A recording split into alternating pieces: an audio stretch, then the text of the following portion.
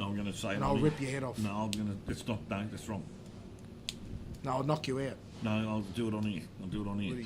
I'll do it on here. No, he said, I don't need to be told... I'll do it on here. I don't need to be told twice, Tony. I'll do it on here.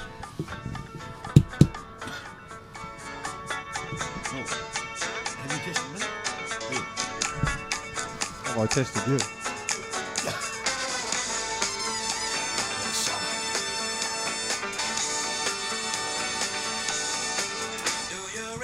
And welcome to the Gladiators of Sport, show number 16, I think, Mr. Peak, if I can remember.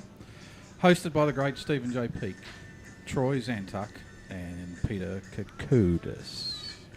Brought to you at Yellow Door, Alan Mance Motors, and they have food here too. Yes, at Yellow Door. And Ricardo's Tutoria. And yes. Greencoat car parking. Oh, Greencoat car parking. But our balladeer is running, he's not... He's at a function. He's at a function, actually singing at a function. Yeah, you might be. Believe that or not, ladies and gentlemen. Yeah. I think he's at Splendour on the Grass, Phil. Splendour on the Grass. Yes, he's up at Byron Bay. Is he? Yes. Yeah, doing all that. Now, Mr. Peak, what's on today? We've just had a very heated discussion, before the show was on. Yeah, we had a bit of a heated debate, and welcome, ladies and gentlemen, as Philip Mance told you, our magnificent producer there of Alan Mance Motors in Footscray, Melton and Bacchus Marsh, and Mance Media, that got a hold of me BB for the great cars, great motor vehicles to purchase down there at the Footscray, and Philip will see you himself. You're watching this show and you need a new car, Philip will see you on Monday, if not before. On the weekend, he works 7 days a week to tomorrow. I'll be there tomorrow motor too. Vehicle down there, HSV, Mitsubishi, Nissan, Suzuki. Don't forget the beautiful Citroën Mon Ami. Yes, Troy Zantuck to my right from 1116 SEN. Initially speaking, the wonder years, good, the bad, and the ugly, and the Sunday morning recovery. Peter Kokoudis to my left, of course, well-known player agent and soccer scout, and AFL devotee as well.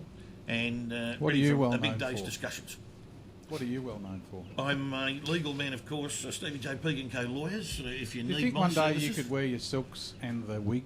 Well, I'm not a barrister, I'm a solicitor, Philip, so I don't have to purchase the horsehair or the garments that are required in the Supreme Court. Just because I think it'd be funny. Court? Well, I am allowed to attire myself in that fashion because we're all lawyers per se. Right. Don't you think, Troy, it'd be good if he actually wore the gear one day? Oh, look, I think it'd be a real treat for everybody watching out there. Yeah, absolutely, Phil. Sorry, Pete? Oh, mate, yeah, there's always room for that sort of... jocularity? Yeah.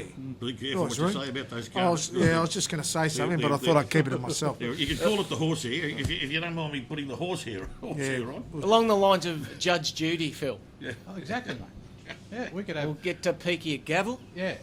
What do you reckon, Peaky? A gavel. Yeah, I'll be quite happy to whack one. Troy? Oh, look, He's had enough of that. A gavel. Let's get on with the show, Not a Phil. bird. Yeah, look, Gazelle. look, we should. Why don't we just tell the public this? You might occasionally hear me say something my way, and it may be wrong, it might be right, but I've got my own Probably wrong. My own inflection on certain words that I just put on them because I do listen to.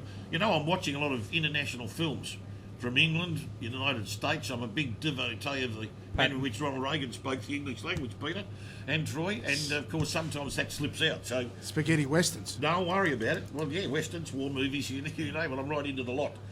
Now, we were arguing about an issue before we got here. Peter Kokoudis and I were arguing about an administrative issue, which is the starting 22, starting 18 on the ground in a Sunday game, or even any game on the weekend whereby clubs have got a list that's above and beyond your 22 picked and your emergencies, your 3 emergencies. Now, Jack Billings has been selected for St Kilda and apparently in the starting 18, and Peter is, he's correct at this point, and that he's saying that Billings is therefore going to play. Well, yeah, on the surface, yes, it would appear that is the case, but if the club on Saturday night thought that they'd got their matchups wrong, they are able to do whatever they want to with that 25 as long as they notify the AFL. That was my point. So possibly we're arguing unnecessarily here, Peter. Quite possibly. Well, in the end, we got to the bottom of it, and I was right and you were wrong. So let's move forward. What's your take on that? No, I'm listening. I'm listening intently here, Phil. I need to hear Yeah. the whole box and dice here. Yeah. Well, For all St Kilda supporters, Jack Billings will play, and that's all that matters. yeah. The rest is white noise. I thought the man sitting next to me, his name was Peter Kokotis, but apparently it's now Nostradamus. But I'm just looking around to see if he's got a crystal ball that he's rubbed. Oh, hang on. Which actually Yeah. he knows Nostradamus. what's happening in the future. You got to be Nostradamus, but if a player's picked in the first 18 on the Thursday, you're Nostradamus actually playing on the Sunday. Well, you do come from Greek heritage. Oh yeah. Well, was Nostradamus Greek? I I don't think know. he was. No, I I don't was think going so. to say, He wasn't. No. I'll tell you this, Nostradamus is a damn good racehorse because it's won about 7 races. Anyway. It's just gone to stud in South Australia. right? Bugger that up. I'll be proven right on Sunday as I normally am, and we'll move forward. No, Let's but go. there's no argument. Anyway. Billings more than likely will play. But No, you no, see- not more than likely. being the He's lawyer that I am- playing. He's playing. Yeah, but We being deal the- with facts No, but- and substance. we Heard do- that one we before? do facts, but we don't deal with innuendo. We don't assume. We We don't assume. You're assuming he's Billings gonna is play or playing. play. You're assuming Well, that he's at in the the moment. 18. I know he's in the 18, but you're assuming. Troy. What happens if he falls over tomorrow? Troy, That was the question. I mate, you're had. assuming. What We're dealing with happens- the facts. What happens if he falls over tomorrow? Troy, Troy, go. if you're in the 18 on the Thursday, You're gonna put what him does in the that hot mean? seat. What does Yes, that mean? look, I rubber stamp what you've just said, Stephen. Gee whiz, Steve, that yeah. was a That was a Freudian Freudian slip slip. if ever I've Correct. had one. Correct. Of course I do, Peter. That's why I'm just listening to what you're saying, and you're making perfect sense. Thank you very much. Absolutely, So, no but doubt thank you about very it. Could I ask a question, Mr. Phil, Peak? before I ask Mate, him the a guy- question? Yeah, on Saturday, if the guy runs out in the first 18, does his hammy in the warm-up, Yep, what happens? he's out of the game. And the No, but emergency, who's sitting in the grandstand, comes down, puts his gear on, and gets out there. Right, so it's not part of the 4 of the rotations? No. Because the game doesn't start? You've got to have 22 players. You can have 22 at that Right. point because the game hasn't started. That's Yeah, a right, warm-up. yeah. So if you do your string, Yeah. and while you're out in the ground or in the room, Well, you fall over in a pothole or something. And Joe Bloggs, who's eating a hot pie and sauce in the grandstand, Yep. he's rushed. They rush him downstairs and say, "Get your gear on," because he takes his gear to 3 emergencies. Well, who are you looking at if Billings doesn't play, Peter? Are we looking at Jeff Saru or maybe Greg Packham replacing Yeah. Billings in the Saru. selected 18? Yes, it could be someone like that. Yeah, Okay. because I mean we are dealing with hypotheticals. Stephen, I thought was a man of facts and substance. what I'm It's been legally presenting to you- trained, but presenting to you- now he's assuming No, I'm not things. assuming He's anything. assuming I'm that assuming nothing. Jack might hurt himself on No, the way I'm to not the assuming ground, that. or I'm not that assuming that lightning might I'm hit merely him. providing you with You know a what I mean? situation. I'm asking you to tell me. I'm asking you a question, and let me ask it. If Billings falls down the stairs tomorrow at home and cracks his ankle, right, and he can't play on Sunday. How many Do times you- that happened? Do you? No, that's How many not the times? question. That's not comment on. How many That's not the times? answer I'm looking for. I want an answer that says, Oh, can mate. the club replace him in the team? Oh, of course they Well, can. there we go. That's all I'm saying. So we're out of dem now. We're of the one mind. All right, move Correct. forward. Move What, forward. was this the biggest issue of the week, Phil? Absolutely. This is Well, the it's question become that I one. asked you. Yeah. Let's move Oh, forward. Look, I just discovered it 2 minutes before we started hit go Well, button on the boys, video. yeah. That was we going to just, be well, the now top we're back in of business. the Now week. we're back in business. Get back I'm on glad track. we've I'm back on addressed track. it. Yeah, we're back on track. But, let's see where we're at. Now, Did you Hawthorn watch the Sydney. game last night? Yes, yeah, good. Well, I'm glad you raised it. I'm glad you raised it. Oh, I'm glad I did. Yes, we did watch the game last night. I watched 3.5 quarters, 3 and a bit quarters. I then had to leave my premises because I was fraction hungry and I did have to do a show later on. So, How much of a fraction? fairly generally, big fraction. Are we looking at 7/8? We are. Stuff your gut as Yeah, I usual. needed to get stuck into it. So I did copy out a précis from Daniel Cherney from The Age, who's also a gladiator in the summer. He's a And great lovely journalist, Daniel Cherney from The bloke. Age. Very impressed with Writes a his career. great article. Well Peaky. done, Troy. Yes, Yep. he's just spot on with that. And lovely bloke, and gets his stuff right. Loves doing some of the esoteric topics that a lot of people don't like doing occasionally. I got his synopsis of the last quarter, and by golly, what a riveting situation. But ironically, when I got home from SE 11:16 last night or whatever, they still didn't have the highlights package up to Sydney North. I don't know what happened. They just had the incident involving Hodge with that tackle. Now, that's while I've raised it, that they'll look at that, because the problem he's got there is he had the guy's arms pinned. If he had driven him, I reckon, side on and been able to keep his head off the turf, he might have been all right, but I think he's in big trouble because he's banged him into the turf, and the guy's on about a 25-degree angle, Peter, or a 30-degree angle, going by way of Pythagoras, and the head's gone into the turf. No, Nostradamus and Pythagoras in the first 5 minutes of the show. Pythagoras, he was Greek. A highbrow show, Pythagoras this was one. Greek. Pythagoras. So I got it. Yep. Yes. Well, I heard the commentary, and they were saying that it was all one motion. He might be okay. It He's actually still- didn't sling him. It was all one motion. Yeah, it was one So motion. he might get off. But he's still driven. That's what the That's what they commentary were said. saying. Well, what do you think? In I'm looking not. at Look, this- I don't have an opinion. I'm not. I must have it on you. Yeah, I'm not. It's not unlike me not to have an opinion, but That's true. it's a hard one. I think did the player get concussed? Was the player he was gone? taken off. He had to go off. That always goes against you He looked sick. when the player gets concussed. It always goes against you. So look, he might cop a week at worst. Okay, so What do you can, think, you can see they Dennis? get. Well, Oh, look, it's a tough one, Coco, because it was all in the one motion. I thought the one on Sinclair on the far wing was probably a touch worse because Sinclair's head hit the ground and he got up very, very groggy. But that's just the way Luke Hodge tackles. The ferocity is incredible, and he inspires the rest of the players around him. Play my way, or go away. He's a great captain. He's a fantastic player. Yeah, but that second tackle, it was a fascinating decision. That I've not heard one of those calls for a long, long time.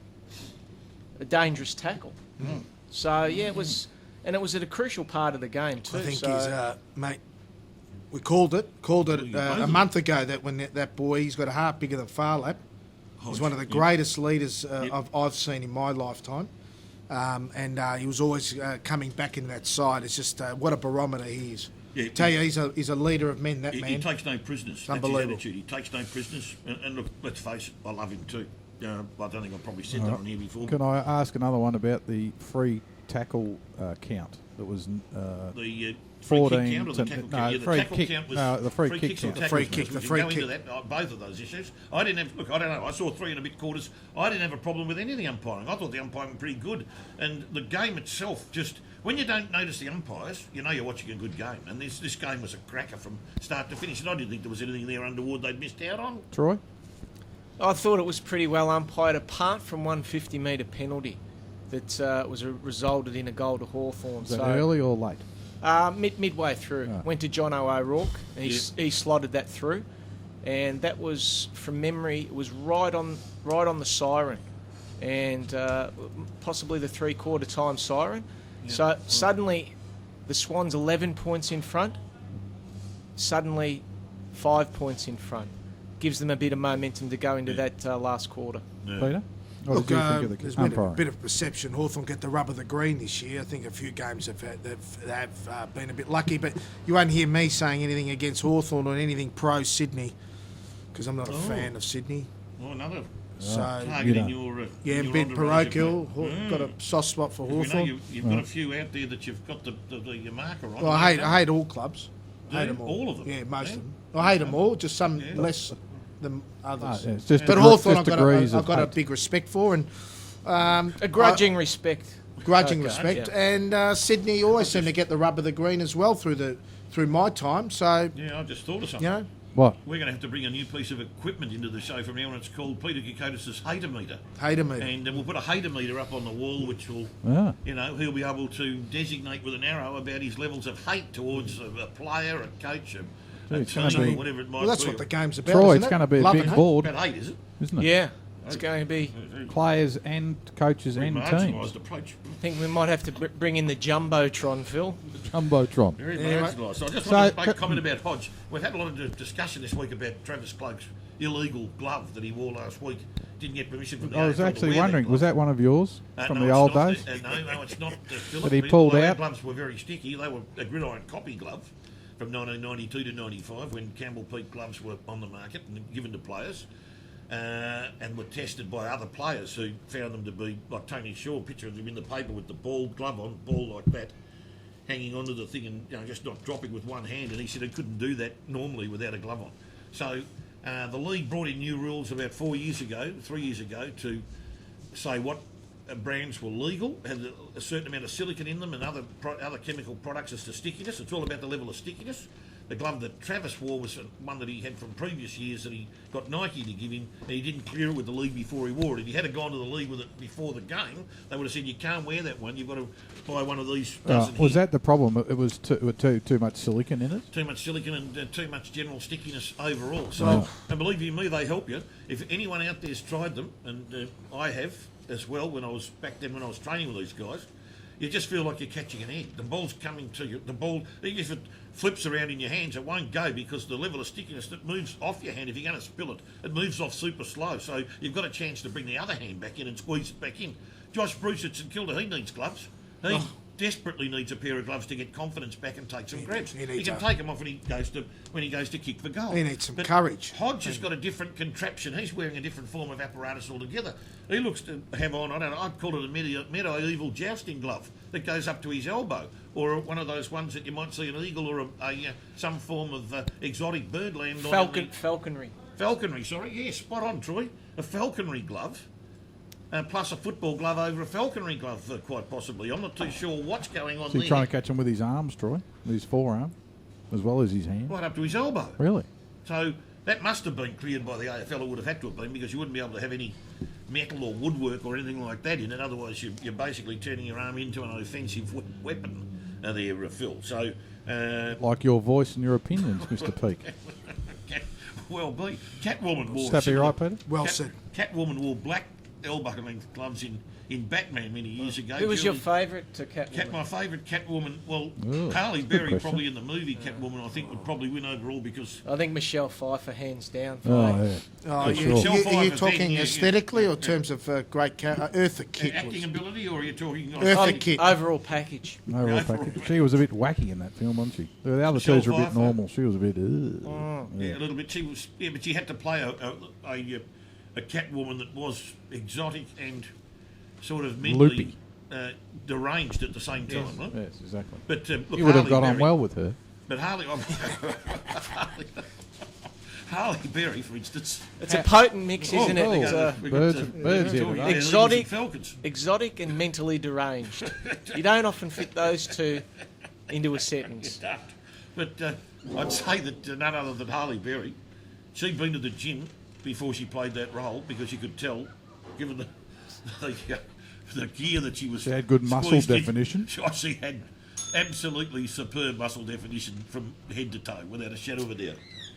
10 out of 10 for muscle definition. Welcome for to Harley the Berry. And that probably Gladiators might of need to Sport steer football away from show. it. Probably spent enough time on that topic that we should have. But look, the other thing I was quite taken by Sydney is that you've got to remember this. I know Hawthorn's had a few changes along the journey. They no longer have roughheads seriously ill, and we know that Franklin's at Sydney. But Sydney have brought in that time, and I went through their list: Hewitt, Mills, Naismith, Allure, Mitchell, Towers, Papley, Zach Jones and Jake Lloyd since 2012.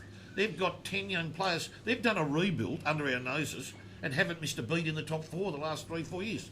You have to. You can argue about academy picks and all the rest of it, and maybe the odd AFL benefit, but that is... Buddy Franklin, Kurt Tippett.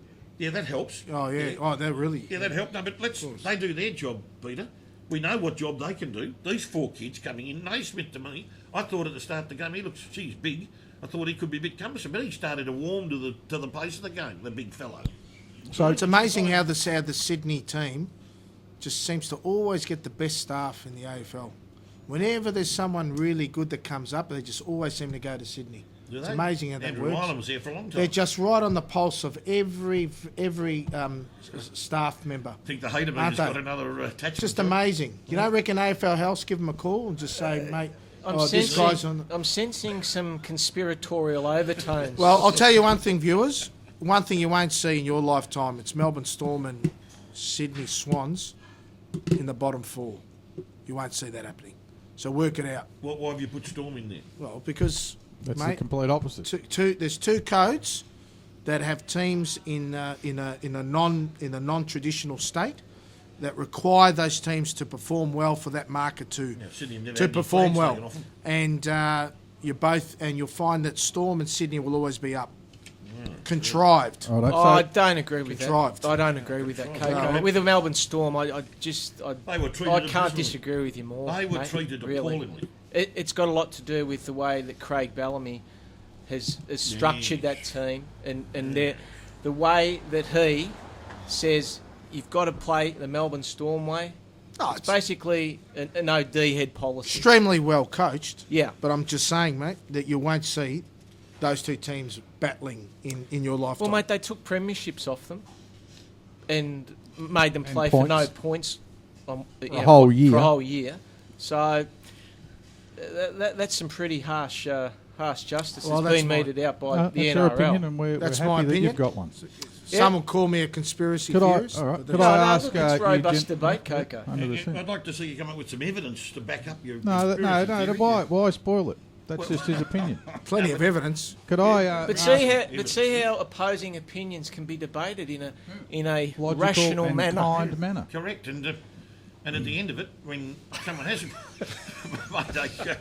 made a fairly, you might say, controversial remark, that possibly they might go away and do some research and maybe come up with some evidence. And you Am usually- I asking for too much? And Well, I just gave you some evidence And that Peter, neither at will that be stage- out of in the bottom four, and they haven't that's an been opinion. in the last 10 No, years. well, that's a that's a fact. fact. That's a fact, yeah. And you won't see in the next 10 years. Well, that's that's an an opinion. opinion. But is that not through good coaches and great list? Well, how do they great pick, list how do they management? pick it up? How do they pick these guys up, Troy? How do they seem to attract all these great, the leaders of every position? How do they seem to always end up in Sydney? There's no doubt about it. You don't reckon they don't Coco. get a call for There- a tip from AFL You know House? what they're short of at the There's moment? no doubt about it that coal is involved.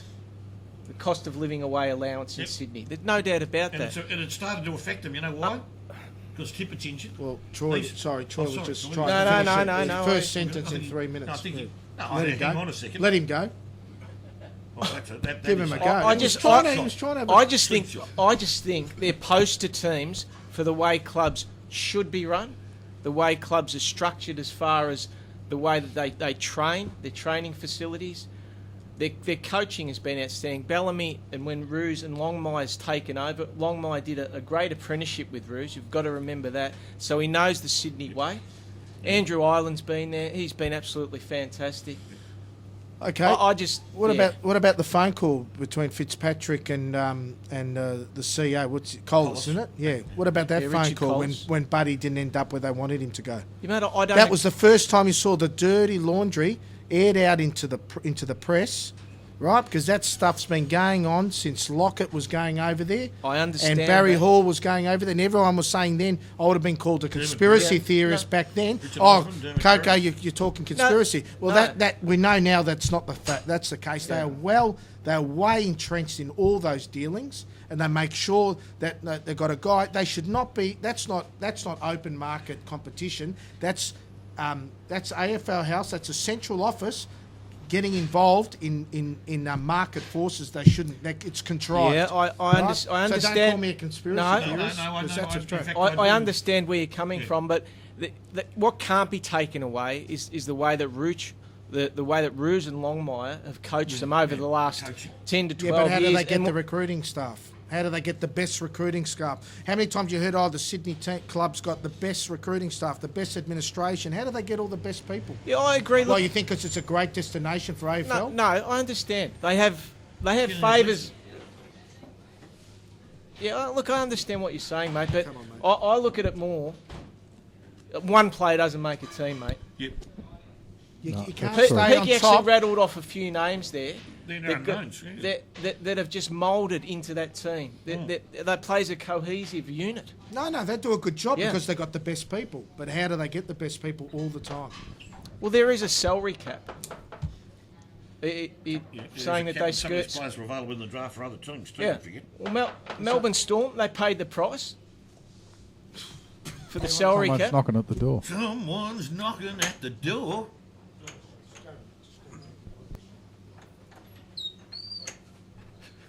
Thank you again, Thank you. Anyway, that's my Andrew time. Ireland, Yeah. Tom That's my Harley's take. up there now as Could general I manager. just He's ask? good. I've got a good question.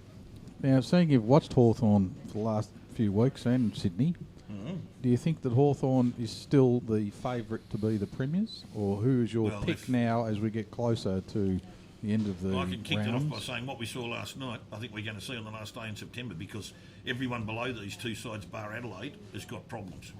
It's really Sydney, Hawthorn and Adelaide now. Right now, that's how I see it, because I see GWS as too immature. I see Geelong as basically mutton dressed as lamb, and it's been proved in the last few weeks. Who's mutton dressed as lamb? Geelong. Geelong, yeah. Yep, mutton dressed as lamb. Yeah, Geelong. I'll tell you. And they've got You don't like issues. holding back, do you? No, they've got issues, and then you can go to West Coast who are flat track bullies at their home ground and can't beat time on a drum anywhere else. Right. Your Western Bulldogs are lacking a forward structure. That forward structure can't win a Well, premiership they're going very well, unless but I don't think they're gonna unless win. Boyd comes in quickly and starts averaging his 3 or 4. Is They he in can the get him teams this week? He's Tom in the Boyd? team, He yeah, is but at in the the moment he's playing. So hang on, are you on the Hawthorn bandwagon now? You jumping on officially? Well, Because you were off 3 weeks no, ago. I was. No, you were off. No, Brett Anderson was the one who got off them. No, because and on you- contested ball. Now that's. You were on Geelong's bandwagon 3 weeks No, ago. I was never if on I their remember. bandwagon. Now they're No, mutton he's dressed as out. lamb. I blame No, their he's bandwagon. never been on Not Geelong's Geelong? Oh, bandwagon, it was Coco. North. But I was I've on always North's said bandwagon. I've always been North. I've been steadfast throughout the year, and Peaky will attest to this about Hawthorn. Yeah, he has been. I've said they will be there. Yeah, come out. They'll of be high there. water. They'll be at the big.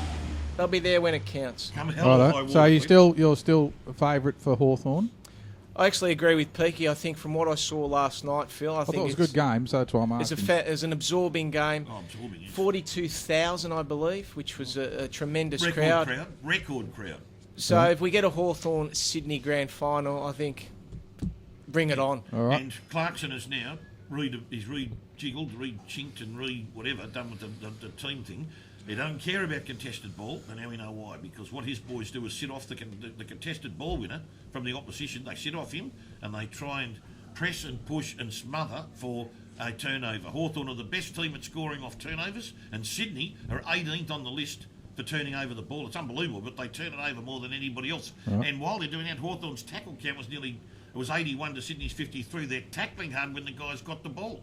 All right. And Peter, what do you think of Hawthorn or Sydney, or who do you think will get there? I think it's Hawthorn Sydney Grand Final, and Stephen's probably right. Adelaide's the You team think, that could calling- upset those two. Do you think calling Geelong mutton dressed as ham's a bit harsh?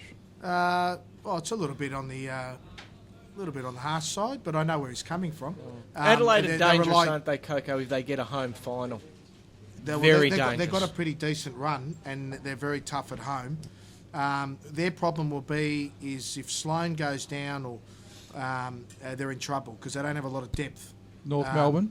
Nah, don't Go rate on. them. Don't rate them. Well, North Melbourne had a glorious run. They at the start of the year, they didn't play any strong teams, and over the last 5 weeks, they've played teams that are above them, and obviously they've been shown up. Yeah. And You who agree with are that? they? Troy, Yeah, who are I they agree playing with that. this week? Sorry? Who are they playing this week? North Melbourne, you know? Port Adelaide. And so that's got to be a must-win for them. then, Oh, surely. absolutely. But look, I give Port Adelaide a chance. Right. Funnily enough. Okay. Well, they're I so think- flaky, they could beat anyone on their day and lose to I anybody. think Stephen's got it right. Hawthorn finally. Hawthorn, Sydney, and Adelaide the only team to trouble them. Okay. All right. Next, Mr. Yeah, Peak. because everyone's got issues, problems. As you do. So across what's on the agenda? Across the board. The other issue on the agenda now, the AFL, there's another bye coming up in the last round of the year, or a rest week for the 8 who are in the finals. And they're talking about, the players actually, the whole competition amongst the playing stock's very dubious about that bye because... So just explain to everybody, because I'm not sure about this either. Yeah, this is What- where at the what's end of going round on? 23, which is Right. what it becomes, at the end of round 23, there is a week off before the finals start For who? for the 8 teams that are in the finals. So Because the other only- 8 are finished, right? So okay. So we There's finished the only one bye season. for the whole competition, and there's a second bye for the finals teams Oh. in the week leading into the finals because they did it last year. This is the second year it's in operation. Right. It was brought in because they got fed up with, as far as they were concerned, bad publicity about the competition being affected about the tanking or- contrived in some fashion by coaches, in particular Ross Lyon copped most of the blame for resting players in the last round of the season before That's Ross finals again, series. Peter. Do you hear that? That's Ross And, again. then other coaches started doing the same thing. They copied Ross Lyon, as they do, Yes. to start resting players. Sorry, Phil, I didn't quite hear that. Well, it's just a sneaky comment about Ross Lyon. 'Cause You know, you he's the just greatest can't go through a coach. show without mentioning him. He's the greatest coach in the free world Yeah. on any sport in any continent. But Oh, no, I it haven't keeps said getting brought up about doing shifty things. But anyway, Troy. A guy called Alistair Clarkson. You may have heard I've of heard him. of him, He yeah. went okay last night. And Yeah. How many premierships is I know that, it's- Coco? You know, Four, we Troy, said this Troy, last Troy. week. It's been Hey, four. Hey, halt. He's done If very we well. keep That's going, right. it's No, going I to know, end up... I Yeah, know let's that not, Peter- please. Let's not go I there. know Peter and Troy. Stop poke the bear. No. So don't poke. I know that Troy and Peter have limited themselves to just looking at. They look at premierships and say, okay, if you're Jock McCullough and you've won 7, therefore you're the greatest coach that's ever entered the free world or the Well, we're democratic into world. results. We're into results. I know, Well, Peter Brock. I hear what you say. So We're doesn't- into that- facts, That doesn't facts, matter. facts. Doesn't matter how much money your club's got to buy players or how many players you can recruit. Like No, you no, were nothing. saying about Sydney. On the one minute you said Sydney get everything, See? and now you're saying, oh well, You started this. The coach is responsible for everything. Well, can't have better twice. My humblest apologies, Phil. What No, did I say? that's all right. That's Sorry. okay. I look at what a coach does with the playing stock We know, he's got. I know. I look and see what else. I look at other coaches who might take some of his ideas away. Everyone says Norm Smith was the coach that started the the modern game, the handball game, and moving the ball quickly and all the rest of it. When even Barassi will tell you, it wasn't Norm, it was his brother Len. Len Smith was the one who did it. Oh, here we His go. brother Len Smith, Big who was the history one who lesson, started the modern game of football in the handball fashion or whatever. Not Norm Smith. There's So, another one all for right. you. Now, today we're starting a new segment. No, we haven't finished our topics yet. Oh, We've got really? one Could more. I just Oh, no, mention- we're doing that topic before. Okay, before someone we move derailed on, me about- before we about move on, and offline, I right? forgot to mention this at the start of the show. We had a few blackouts last week because we were trying some new equipment, Blackouts. and I'm still yet to work out why the camera turned itself off after 30 minutes. So I've gone back to the iPad just for this week or the next week, so I can work out how I can keep the camera on. I for noticed an hour. no viewers were complaining. No, but I don't know if they got to that point, that far into it. But anyway, we're going back to the iPad this week just to make sure, because we know it doesn't switch off. So if anybody out there's got an idea why a digital camera wants to switch itself off in 30 minutes, please let me know. There must be a setting on it somewhere. That's fair enough. I'm yet to work that We're out. doing the best we can with the logistics, but just to Right, finish what was that off, another point? The AFL's now saying that 2 weeks now, they're worried about the public sort of the adrenaline rush for finals is going to be dissipated with a 2-week break. So Absolute rubbish. no, I believe in it because your players, you want to see a top final series with everyone that can get on the ground to be there. You give them a week's rest. Look, they're not machines. No, I agree that they should have a week They're off. human but beings. great They idea. get injured like racehorses. So we want to see the best out there. So give them a week off. Let them recuperate, recover, do everything on rehab. Play a game on the Monday, a game that could be influential. They're thinking about a Monday game in round 23. That could be, I think West Coast and Geelong are playing on Monday, in that weekend. They're going to move that game to Monday because it's going to have an influence on how the 8th finishes up to keep the interest going. I'd do the Brownlow Medal week. I'd do it in that week as well. I'd do it on the Wednesday night before the week's rest, or on the next Monday night before the first final, to get that out of the way. So that it's, to me, doing it after preliminary final, if you're in the grand final, that puts enormous pressure on the Brownlow medalist I agree. to show he's the Brownlow medalist. It's ridiculous. See, this thing happens. But Boys, is that a bit like changing Melbourne Cup from the first Tuesday in no, September? not at all. Not Troy? At all. No again. No, I think we're a lot more flexible than the Melbourne Cup, Phil. Isn't it a tradition, in Troy? AFL circles? Yes. Yeah. Peter? I haven't really formulated an opinion on that yet. No? I have to think about it. Okay. Oh, okay. Yeah. I But can tell you that the Brownlow medal was done straight after the last round on the Monday night after round 18 finished in the old VFL. It was done straight away. Oh, okay. No, Well, no, so it before has the finals changed. starts, correct. It's not like it's changed. It has been the first Tuesday in No, it's- November. I I since think that 1880. idea has a lot of merit, actually. Yeah, I do too. Yeah, it's good for everybody. It gets the Brownlow out the way. They get the All-Australian team out the way. And on the next then night. the teams can focus on the finals, and Yeah. that's actually a very good idea, Stephen. I think Well done, it's got, Stephen. It's got a bit of merit. Oh, well, I mean, far be it from me to pump my own tyres up, but I thought, Far be it. far be it from me to Peter. You wanted to make some comment about what was it now? There's soccer. The rising stars coming through at Oh. the moment.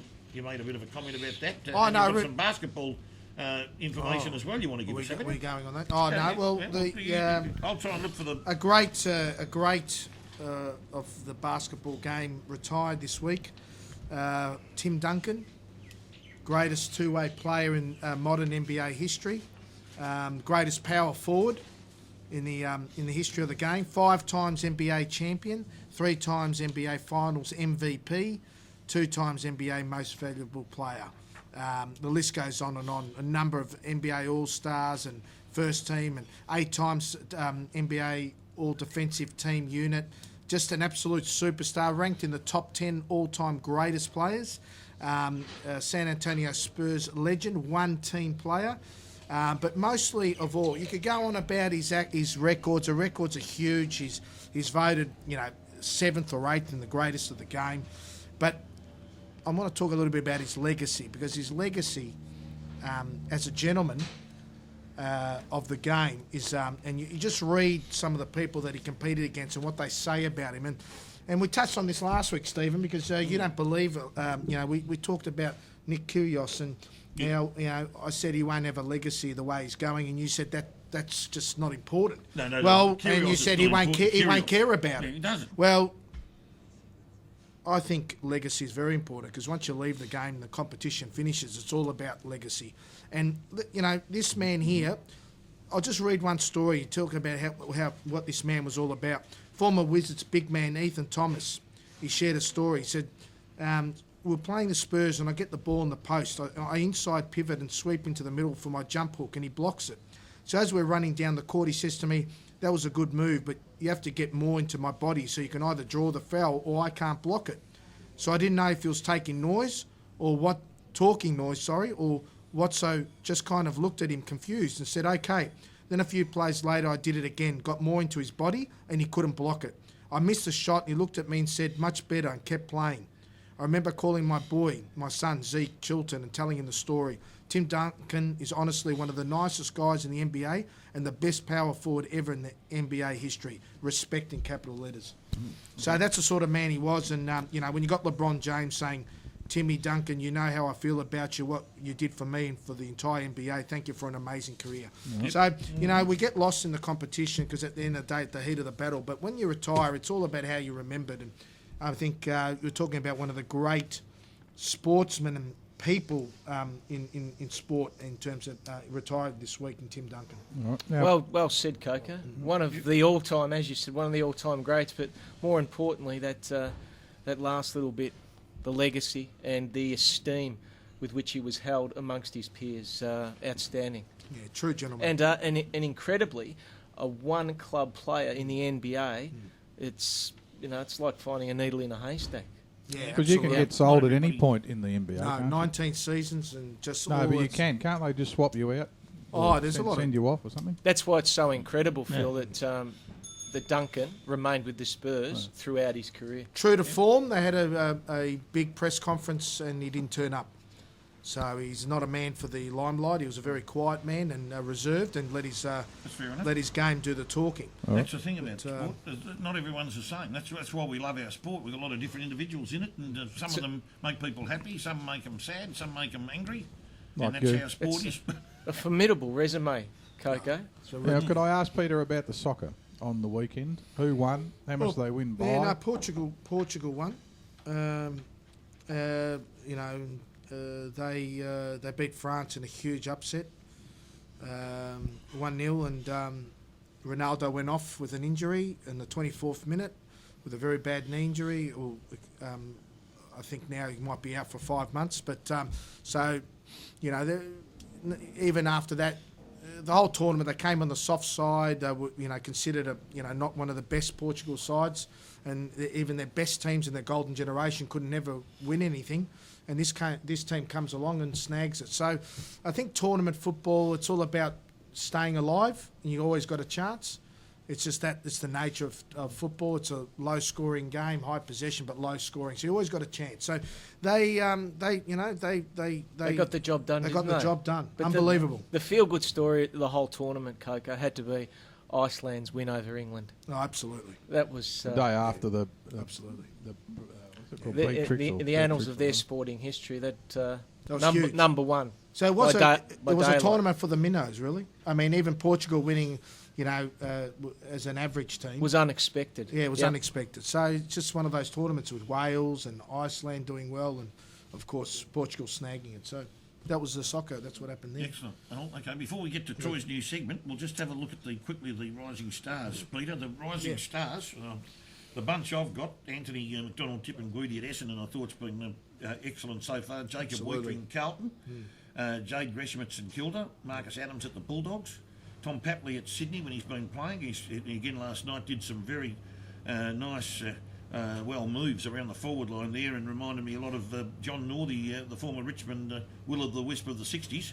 And Daniel Rioli for Richmond has also got goal-kicking skills. And the one I like the best, though, out of the lot so far, and this might be surprising, I've seen him on TV a couple of times, and I saw him live against Collingwood a few weeks ago on that 5-degree night. Sam Collins at centre back for from Mantle seems to me to be a guy who's, if I had a choice to draft anybody right now for a certain position, and young Mills from Sydney, Callum Mills, sorry, I did leave Callum Mills out, who played last night as well for the Sydney Swans. And have you got Christian Petrarca? Petrarca. Anywhere in there, Stephen? Well, Petrarca is certainly right up there. Was he nominated? And Did he get nominated? In the points, how many games has Petrarca played so far? Because they didn't have him on the AFL website, which is ridiculous. Yeah, well, he's going to be a jet. Petrarca's, he's phenomenal. He's going to be a doubt. jet. He excites me. In that bunch. So no end, that boy. Excites me no end. What, 6-7 games? Yes. Yeah. When did he start? Was it about, or was it more than that? I can't remember, but they go. Well, he hasn't had a full pre-season yet. Did his knee last year. Hurt his... Playing basketball. Broke his toe. Yeah. No, last year did his knee, so he didn't play at all last year.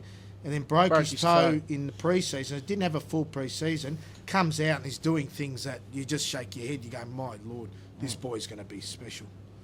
Couldn't agree with you more, Coco.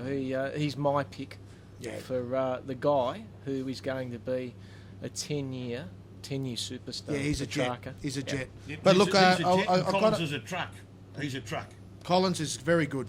But Peaky, you and I got to see Anthony McDonald Tipungwuti. Is that how you pronounce it? Tipungwuti. Very closely. That boy's got a lot of dash, a lot of dare. Magnificent to watch. And you just think, is he about 23 years old? Is he a bit older?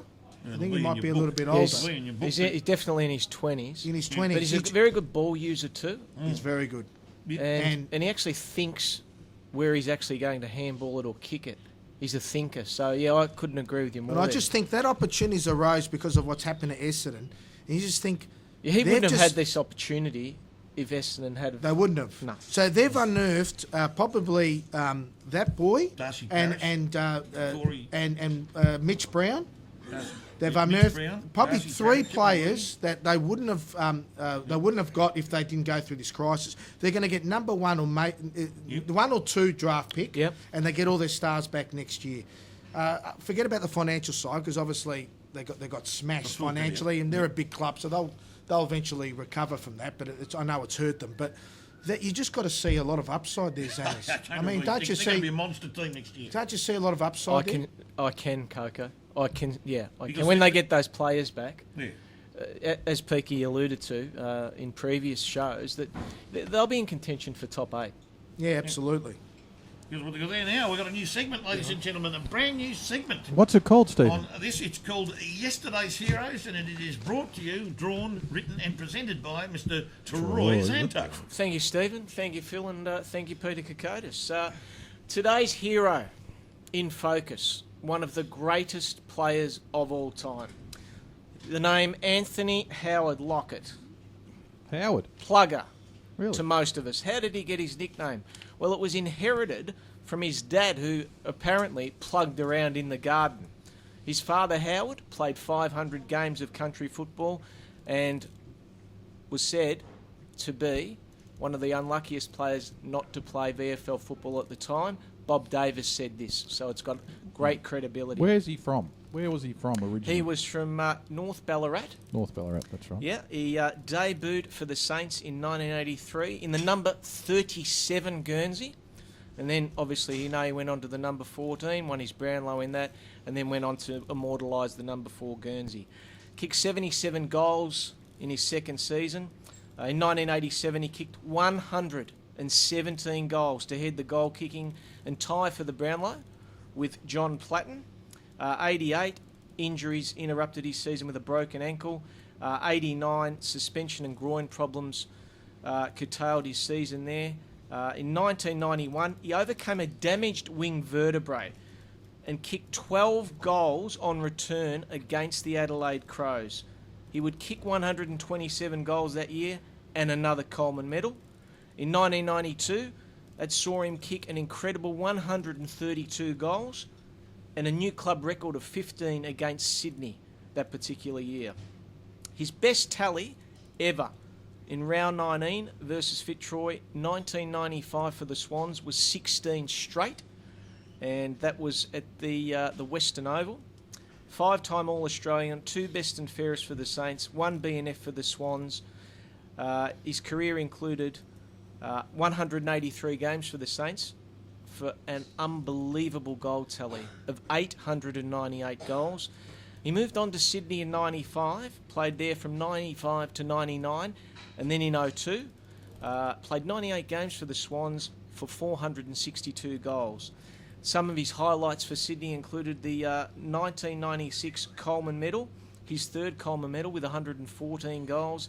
In 1998, it was his fourth Coleman with 109 goals.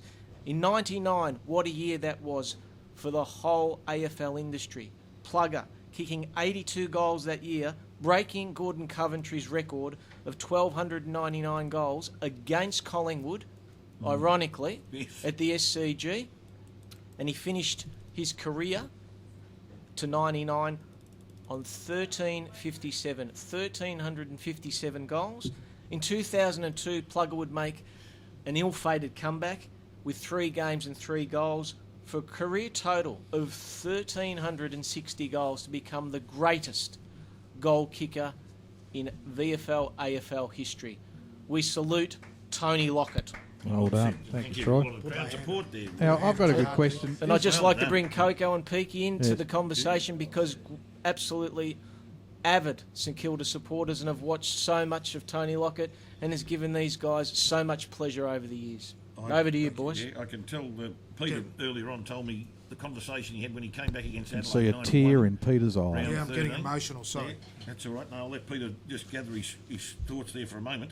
He played on an Adelaide fullback by the name of Rodney Maynard. This is before the ball had been bounced. He turned around to Maynard and he said, "Mate, I'm just back. I've been missing for a while.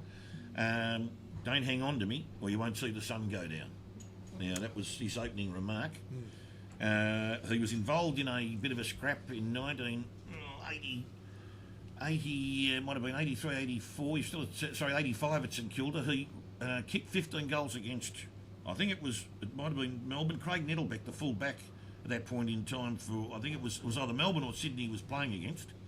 He got Nettlebeck in wrestling style and had him over the fence, his body half over the fence with his forehead virtually perpendicular to the railing, and allegedly raked Nettlebeck's forehead along the railing for about 2-3 feet. And I know I was doing another radio show at the time and I said, Plugger's taking the colour out of football with in that incident. The red's gone out of Nettlebeck's face and his forehead's now purple. There were words to that effect, and they made comment about that at the time. Nettlebeck ricocheted off the fence and looked pretty bad. I mean, there's some of the more esoteric... You're going to concentrate on those, or you're going to talk about, but the man was arguable. I'll let you move into some of that in a minute, but from my point of view, it was just a phenomenal presence on the ground. He was extremely strong. He often had 3 or 4 hanging off him when he was trying to take a mark. He didn't probably get the treatment from the umpires he should have got, because sometimes they look at a player who's above and beyond the rest of the pack and think they've got to put up with that and still play It's well. a very good point. And they psychologically switch off and think, gee, how good's this bloke, and they should be giving him a free kick. Spot But look, he wasn't. One of the things we love about him is the fact he was fairly aggressive, and when he got stirred up, by golly, you wouldn't want to get in his way, Peter. Yeah, look, for me, he was bigger than the club at one stage. He's the greatest player I've seen, along with Gary Ablett Senior. Those two stand out for me. I've never seen people go to the ground to see one player just so mesmerised by... It was Coleman-like, wasn't it? You took the words out of my mouth, Troy. There's one player that if I went in a time machine I'd want to go see, other than Lockett and Ablett Senior, would be John Coleman. I think he'd be the only guy I think sits comfortably in that conversation. Well, you know the story, Coco, don't you? That when Coleman played at full forward, the crowd would move from one end of the ground to the other, just to see him Similar play experience. I used to do it at Moorabbin. I used to slip into Linton Street, sit behind the goals, and my relationship with the great man was just, mate, I was a worshipper. I have no other way to say it other than I worship the man. Have you got a game that actually stands out at Moorabbin that just took your breath away? There's so many, but the 10-goal 7 against Carlton in '89 when he ripped Silvani apart, absolutely took him to the cleaners. Comes very close. 16 goals for Sydney at the Western Oval on March the 19th. 16 goals straight, Peaky. Straight, yes. Well, 29 straight over 3 games. Wrap your head around that. 29 straight Yes. over 3 games. The one regret with Lockett, and it's funny, he's achieved so much and he's in the conversation as one of the greatest players ever. He's to me, he's the greatest full forward. But in that conversation, which it just beggars to belief, is that he underachieved in his peak. He had 5 seasons of consistent injury and suspension. He probably lost another 400 to 500 goals because he just had he just kept missing games. No continuity. He just couldn't string games together. He was either whacking guys or getting injured, and it was so frustrating. I would love to have known what he would have achieved if he didn't get injured or suspended. Through 88 to 94, he played maybe 60% of football. He missed so many games. How do you think he would have slotted into those Hawthorn teams of the 80s? Well, do you think he may have kicked 2,600 goals? That's why I just can't believe. I mean, I respect Dunstall. I mean, amazing footballer, super disciplined, great team player. But when you've got a position, you're reliant on service, and you've got the best, arguably the best team of all time, kicking the ball down your throat. Lockett played in, I think, 4 or 5 wooden spoons at St Kilda. I mean, if you just can't see Dunstall doing the same if he was at St Kilda. I mean, the ball just didn't go down half the time. And then at the end of the game, you'd see Lockett scored 4 goals. You go, how the hell did that happen? The ball went down 6 times in the match.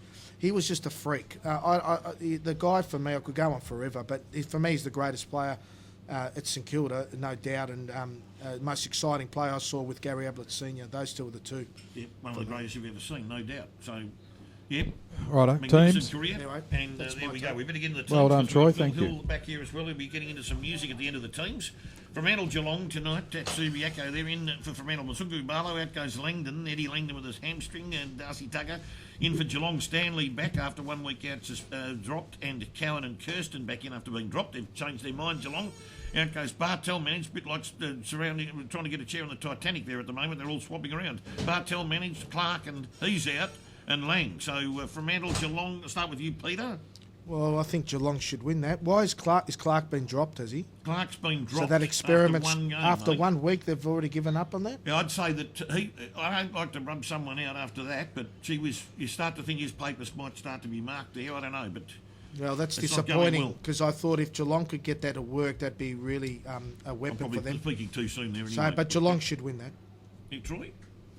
Yes, I concur with Peter Kokotis. I like the Stanley and Kirsten back in, and look, they'll be absolutely livid after last week's embarrassing performance against the Swans, Geelong, and they'll be looking for a big scalp, and I expect them to win. I'm looking at 8 to 10 goals.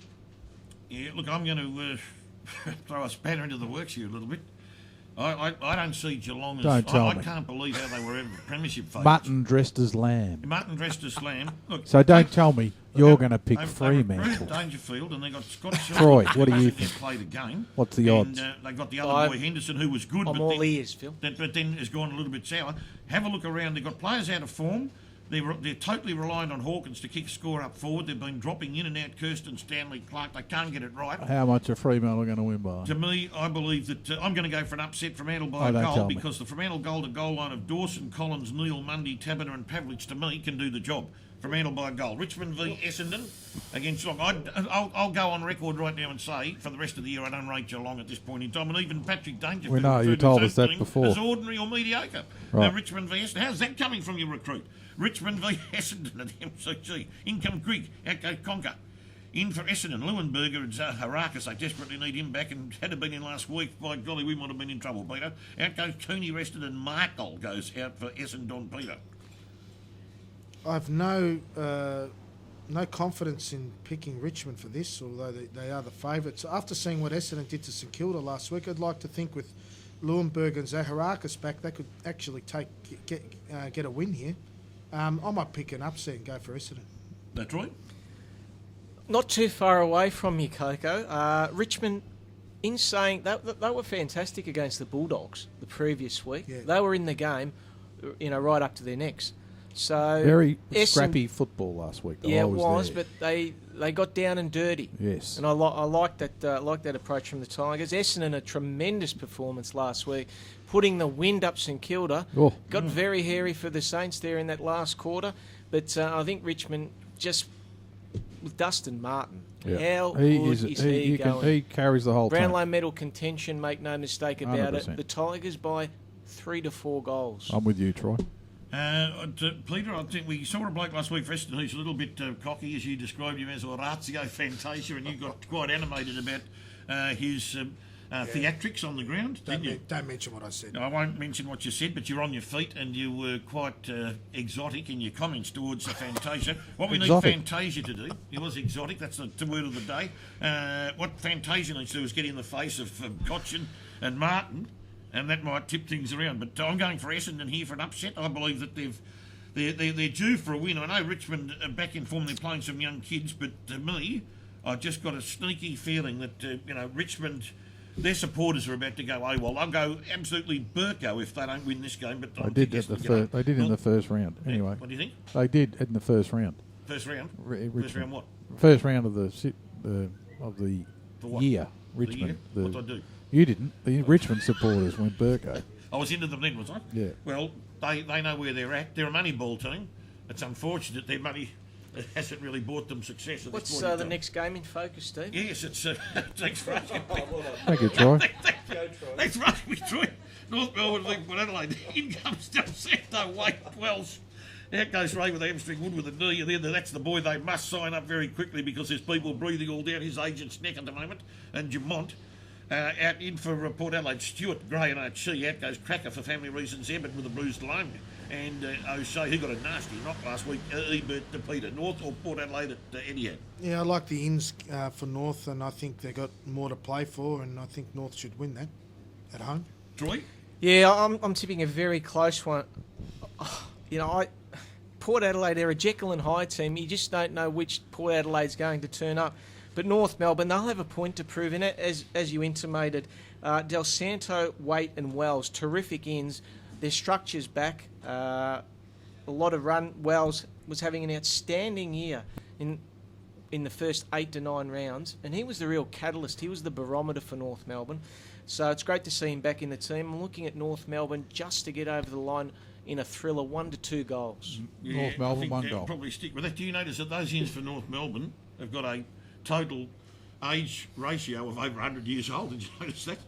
No, they're definitely playing 100 for... years worth of experience. They're coming playing in for there. today, aren't they? They're not playing for they tomorrow. are. They have to do something this year, and unfortunately for them, it may not come off. The Western Bulldogs are playing the Gold Coast there. In comes the controversial Tom Boyd and Andrew Dunkley's son, Josh Dunkley. Out goes Liberatore, another one with a lung injury. You hate to see players get those. And Webb. Hate to see him get any injuries, but lung's a shocker. In comes Grant for the Gold Coast, Hallahan and Lonigan. Out goes Ablett with a shoulder, Riscatelli with a knee, and Presti with a knee. Now that just about sums up where Gold Coast's at. Mark Fine made a good point last night. Gold Coast get their full contingent for the year for the St Kilda game, then collapse with injuries, and now they're looking cherry ripe for floggings. Well, that's not entirely correct, Stephen. There's a guy called Jager O'Meara who might slot into their best 22. Yeah, but those three. A huge Yeah, outs. huge outs, yeah. But I'd have Jager O'Meara in my best 22. Oh, at the yeah, Gold no doubt. Coast. Oh, no doubt. Who's going to win, Troy? To their best zone. Peter? Bulldogs are getting their full list, except for Murphy, who won't come back, but they're getting their full list together at the right time. They've done really well dealing with injuries through the course of the year. They've had a lot of challenges and are still up there. So Bulldogs will win that comfortably. Yeah, absolutely comfortably. I'm looking at 6 to 8 goals, but really, really enjoying the form of young Peter Wright. 5 goals last week, double digits, 2 weeks in a row with his marking. He's going to be a star of the future. Yeah. Peter Wright, Picked at number 8 in the draft. Dogs Peter by Wright. only 3. boy from Moonee Valley. Moonee Valley, is he? Yeah. Born on a racetrack. Yeah. Who's winning? What's this? What's the? I was thinking the suburb, actually, Yeah. but I don't think he was born in the betting ring at He could have been. the Valley. Excuse me, Mr. Peake. Who's going to win and by how much? You know, I don't like to be picky, but Smoothy Pogs is what he's doing. Western Bulldogs will flog the Gold Coast, and I mean flog them. Even with Boyd and Redpath down there with and Stringers there, along with Lin Jong. It's Jong, not Yong. I thought it was Yong, but it's actually Jong because he's part Timorese, part. I'm not too sure actually, but I thought he was Vietnamese. John, that I sounds thought he was Korean, too. doesn't it? He's not Sounds Vietnamese, Korean. I can tell you that. Anyway, get on with it. Don't look, just Don't keep look going, at it. please. That's what I'm talking about. It. I can tell you that they've got gold sneaks at the foot of the ball there. I'm looking for a big game from Boyd. He's been playing good football in the VFL, and we're about to see the $7 million Keep man start looking. Keep looking. Yeah, I think we're going to see something from him pretty soon. They're All 3 right. goals short of being a premiership favourite. He's one of the If best there's built ever an full forwards in the modern opportunity, era. if there's ever an opportunity for a man to stand up and say, you know what, if I get my act together, stop belting teammates in pubs and actually kick goals, they could actually have a Well, I'll tell you what, tilt at the premiership. Well, He's when you about talk 2 to that, 3 well, goals short. He's going to get an opportunity to start building into Not having Cremery in that team. It's Is killing- Peter. it's killing Massive, Yeah. massive loss. Crem- So you're Boyd by Alright, Boyd's next. inclusion. We're Boyd and I am, Boyd. but not Next. only that, I can tell you this: he'll get a chance to box on. If I'll he get wants him to start because playing. He could be. Well, hang on a second. What was that? There's Oh, only a limited amount of time on the I iPad. understand that. He's going to get a chance to punch on with Stephen May because Stephen May is the Gold Coast punching machine. Right. So, allegedly. So Allegedly, if you right. want to have a fight, Tommy, there's your man for this week. He'll box on with you. Adelaide v Collingwood. No change at Adelaide. Milestone game for Scotty Thompson there, 300 games, and what a mighty effort from him. He started his career at Melbourne and he's been gone all the way through at Adelaide. Levi Greenwood in. Troy might make a comment about that in a minute. In for Collingwood, Levi Greenwood out goes for Solo with another shoulder injury. He's had more shoulder injuries than you could poke a stick at, Peter, at this point in time. Peter, Adelaide, by how much? Yeah, we're very 6 goals. very short on time. Adelaide by 8 goals. Adelaide by 8 to 10. I agree with both of you gentlemen there. Carlton v West Coast there. Carlton, Tutt, Jones, Buckley, Wiley, Jackson, Graham and Kerno are in. Out goes Walker with the knee. Thomas, Casbold and Everett, and that's their season, I'd say. In for West Coast, Mackenzie, Redden and Nelson there, Peter. West Coast, Carlton have put the Q in the rack. West Coast easy. West Coast easy at, where's that at? The MCG on Sunday. Yep, they Yeah, need to get used to it. West Right. Coast by half a dozen. Yeah, by at least that, possibly more, 10 to 12, maybe 15, they might blitz them. St Kilda Melbourne in a very interesting game at Etihad Stadium there. Melbourne haven't beaten St Kilda since the 06 elimination final. In comes Shenton, Templeton, Billings, Sinclair, Echo, Savage with concussion, milestone game, Dunstan with 50. In for Melbourne, Bug, the controversial Bug, Wagner and Brayshaw. The milestone game was Grimes, 100 games Peter. St Kilda at Etihad, Melbourne just can't win there. Peter? Troy? It's interesting, Stephen, isn't it, that they've included Thomas Bug in against the Saints. He's got some previous history with the blonde bloke who wears number 12. Yeah, you've got a for the feeling Saints. that if Revolt starts on the wing, Bug might be on that wing, you know? You nearly blew So- your gasket last year. I did, You yes. nearly Nick- blew Nick- You yours. saw me, actually. Nick might need to have some more team down the side of his socks. Yeah, look, I reckon it'll be a really close game, but Melbourne just to sneak over the line by 2 goals. Yeah, I'm going for St Kilda just Oh, to don't keep the tell me. record going. Yeah, by possibly a goal to 2 goals. Peter, I think, what did you say? I said St Kilda at Etihad, Melbourne don't win there. Don't win there. They just hate the ground. They hate it, and it has a psychological effect. And you we hate know them. that the game's 90% above the shoulders, don't we? Apparently. Brisbane Lions play GWS, and Troy sweeps us. In comes Walker, Dawson, Cutler, and Keys. Out goes Merritt, who's ill. He's ill. That's the first time I've ever heard Daniel Merritt's been ill with something. Not a well But, man. In comes Reid, Lloyd Marchbank, who's a guy that if GWS don't sign him up, St Kilda are all over him like a cheap suit at the moment. The St Kilda list manager, Himmelberg, and out goes Palmer. The new man is Daniel Lloyd from Killarney Vale, and Harrison Himmelberg is from East Lake. That must be his first game. I've read his name out before. He must have played that day. Boys? GWS easy. Lions are imploding as a club. Yeah, the biggest margin of the round, Stephen, 12 to 14 goals. Yeah, second that, and here we Gee. go to finish our show off. Philip Mance is going to end us at the end of it with Phil Hill.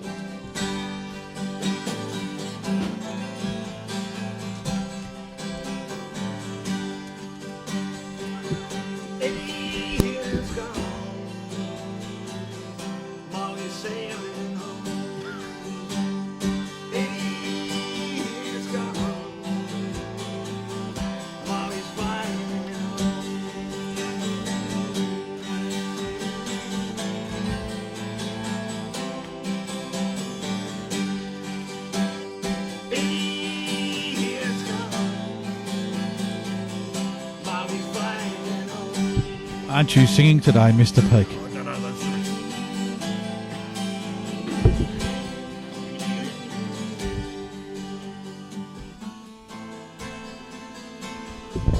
Well, if he's not singing, I'll take his mic.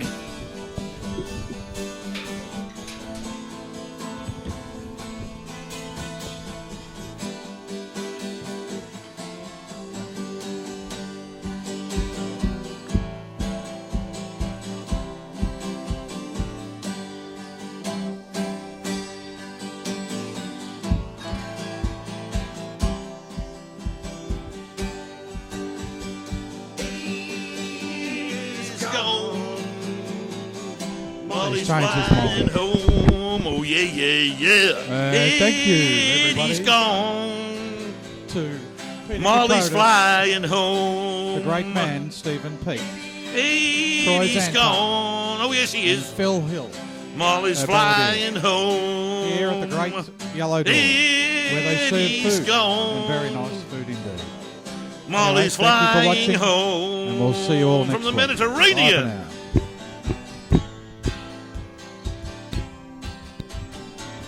They've been playing those cool grooves on that boat. Gone. Eddie's flying home. Eddie's gone. Molly's flying home. Our very own Molly. Eddie's gone. Molly's flying home. Good old Molly. Eddie's gone. Oh, yes, he is. Molly's flying home. Our very own Molly's there. Eddie's gone. Eddie's flying home. It's on the St Kilda boat. Eddie's gone. Molly's flying home.